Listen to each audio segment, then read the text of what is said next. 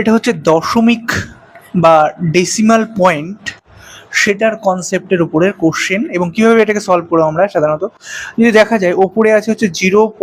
ওপরে যদি দেখা যায় 0.125, তাহলে এখানে দশমিকের পরে সংখ্যা কতগুলো আছে? 3টে। তারপরে আছে হচ্ছে 57 দশমিকের পরে সংখ্যা কত আছে? একটা। আর উপরে আছে 0.729, দশমিকের পরে সংখ্যা কতগুলো আছে? 3টে। তাহলে টোটাল দশমিকের পরের সংখ্যা কতগুলো আছে? এখানে 7টা আছে। আর যদি আমি হরের দিকে বা ডিনোমিনেটরের দিকে দেখি, তাহলে দেখতে পাবো যে 0.017, দশমিকের পরে আছে 3টে সংখ্যা, গুণ 0.0081, 0.00, দশমিকের পরে কতগুলো আছে? দশমিকের পরে আছে হচ্ছে আমার 4টে। আর লাস্টে আছে 0.25। তাহলে দশমিকের পরে এখানে কতগুলো আছে? এখানে আছে 2টো। তাহলে টোটাল যদি করা হয়, তাহলে এখানে আমি দেখতে পাবো 9টা হচ্ছে। তাহলে ওপর আর নিচের মধ্যে মানে লব এবং হরের মধ্যে যে পার্থক্যটা, সেটা হচ্ছে কত? 2। দেখো উপরে লবে বা হচ্ছে নিউমারেটরে 2টো কম আছে, তাহলে আমাকে নিউমারেটরের যে সংখ্যাগুলো আছে তার সঙ্গে আমাকে কত গুণ করতে হবে?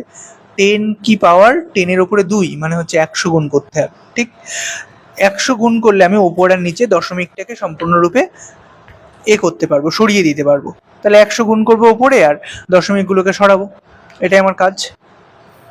100 গুণ করি ওপরে আর দশমিকগুলোকে সরাই। তাহলে দশমিকগুলোকে সরিয়ে দিলাম আর 100কে গুণ করব। দশমিকগুলো সরলো, দশমিক সরলো, আর ওপরে কি হবে? তাহলে 100 দিয়ে গুণ হবে, ওপরে গুণে আসবে 100।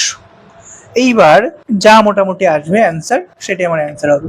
যদি আমি 25 দিয়ে কাটি, 25 দিয়ে যদি আমি কাটি, তাহলে 5 25 125 হলো।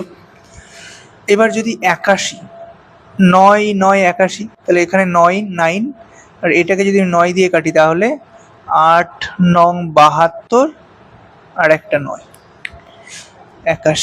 9 দিয়ে আবার কাটলে এটা হবে 9 9 81।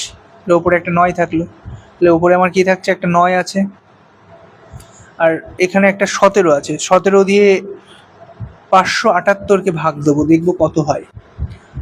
17 দিয়ে 578কে ভাগ দেবো, দেখবো কত। এখানে একটা 5 আছে আমার হাতে, এখানে একটা 9 আছে, 17 দিয়ে 578, তাহলে 578 এটাকে 17 দিয়ে ভাগ দিতে হবে। তাহলে 3 17 51, 3 17 51, হাতে থাকছে 6 আর 8, 4 17 68, তাহলে কেটে কুটে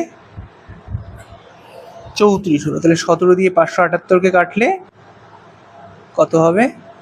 34। তাহলে আমার কাছে ওপরে কি কি সংখ্যা থাকলো? একটা হচ্ছে 5, একটা হচ্ছে 34, একটা হচ্ছে 9, আর একটা হচ্ছে 100। তাহলে অ্যান্সারটা কি হবে?